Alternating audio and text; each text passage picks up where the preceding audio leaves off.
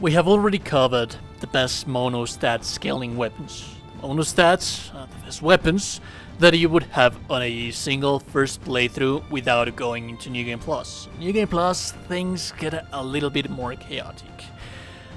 Things are stronger, there are less vestiges, so it's a challenge. It is a challenge indeed. If you want to go into New Game Plus, then you're probably going to want to invest a little bit more points into your character. Let's have one very specific important thing in mind. My character right now, the numbers that I have right now for you, it's for a 99 in every single little stat. But have in mind that, for example, once you reach the hard cap of the damage in returns for each weapon and scaling stats, you are going to get diminishing returns. So this is not so different to a character that you would have on 75 in every single high damaging stat.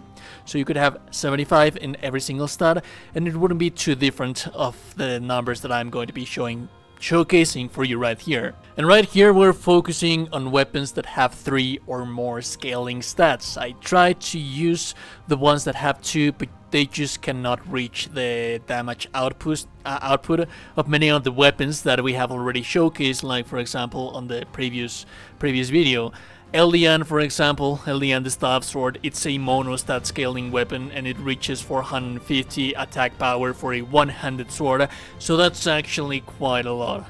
In this case scenario, we're looking at the weapons that we're going to be able to use at the maximum levels of New Game Plus when our character level is really high and we want to deal disgusting amounts of damage. And like always, I would like to take a moment in here to invite you to our Discord community if you're interested in helping people, knowing people, playing with me maybe. You want one of these weapons that I am going to show you right here. This is a place where you can request for assistance, where you can discuss, you can post your builds, share your ideas, and what have you. So you're very much more than welcome to join us. So let's begin with the Melted Dark Crusader Sword. And this is one of the interesting ones because half of its damage comes from wither damage. Wither damage is not really that much of damage, and since the vast majority of weapons that we're going to discuss in this video have wither damage, I would like to take a moment to actually talk about how I think this should work. Since wither damage is not real native damage on the first hit of the connect that you're going to have in the hitbox of the enemy, the real damage is going to be at the second hit, because it's going to count the overall maximum amount of damage output that you have. Since that is not the case, I would very much like for this to be a risk-reward mechanic, where your reward is getting huge amounts of damage by the risk of the enemy having being able to heal themselves. Like I said, Eldian sword, it has 450 native pure damage. So yes, this is 200 above that. It is always going to be better on later stages of New Game Plus, but ideally, if we were able to have native damage, that would also always be ideal. Speaking of which, we have everyone's favorite Judge Cleric's Corrupted Sword. This thing can deal 1.2k damage, and this is what I like. This is one of my favorite weapons. Some people consider this to be the strongest weapon in the game, and for good reason, because as you can see right here, it has 0 wither damage and it deals 1.2k damage. That's actually filthy. I would say that if you want to level up a character to a maximum level, this is the weapon that you should want to be using. There is one weapon that deals more damage, believe it or not, and this one that we're going to be discussing on later on, but this is just a very solid choice if all you want to have is just pure raw destructive damage. And then we have the counterpart, Rosamunde's Sword. The only good thing about this is that you can use it throughout most of a single playthrough. Judge Cleric's Sword, it's basically an endgame weapon that you're going to be using on New Game Plus because it comes from basically one of the final bosses of the game, so in reality it's not that you're not going to use it that much. Rosamunde, on the other hand, it has Cold. Cold deals damage and it also deals posture damage, so it's something that it has extra. I think that we cannot pair it up with the 100 attack power that you are losing right there, but one thing to have in mind as well is that Rosamunde's sword also has wither damage, so all of your main native damage is going to be roughly sitting around at 500, 5 to 600, and that is going to be your raw power damage for this weapon. The other half is going to be coming from Wither. And Wither, again, it's not native damage until you start connecting several hits. So there is indeed that. This is, at least out of all of the weapons that I have tried, out of all of the weapons that I have seen, this is the strongest one of them all. And this actually applies that risk and reward mechanic that I was telling you about. I think that this is how it really should work like. So you have the vast majority of that 1.5k attack power, 1.6 nearly k attack power, which is just disgustingly high. Like, that damage, dude, it's just filthy. It really is filthy damage. The thing is that the vast majority of that damage, being like around 800 of the attack power, is going to come, sorry, it's like 900 of the attack power is going to come directly from Wither.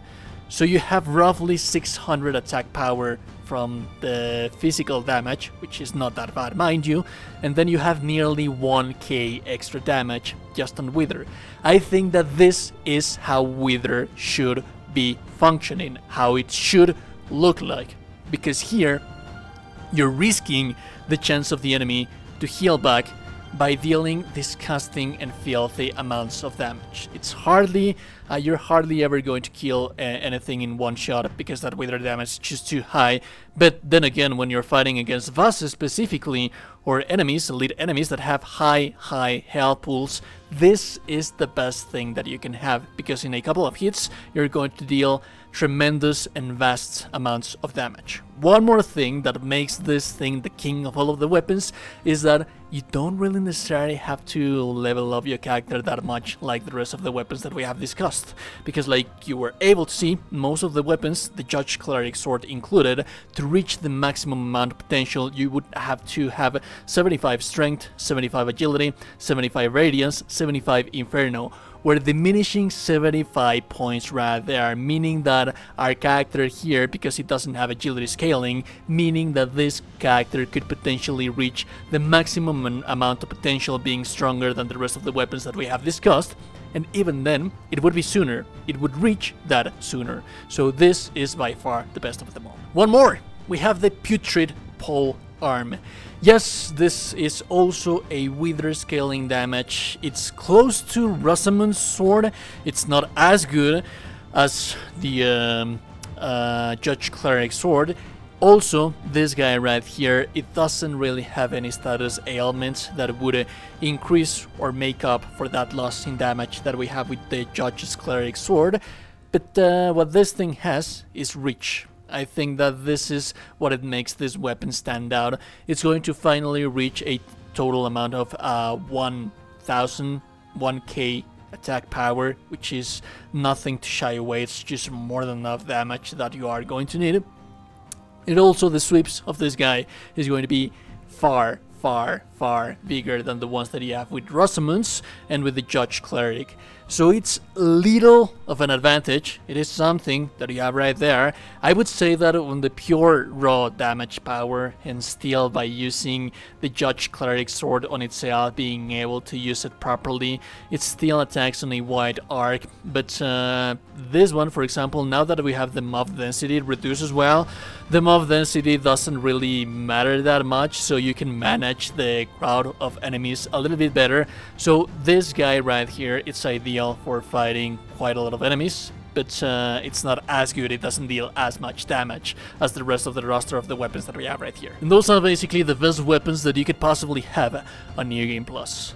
Like I said, this is just weapons that can reach the highest potential amount of damage. If you saw a multi-stab weapon that it is not included in here, then it's probably because it doesn't reaches these high and filthy amounts of damage. Like for example, there's one that increases the agility and radiance. I believe it's called the Radiant Purifier pole arm, which has an A scaling, and the maximum attack power that it reaches is like 600. So no, it doesn't really compare to these weapons that we have right here.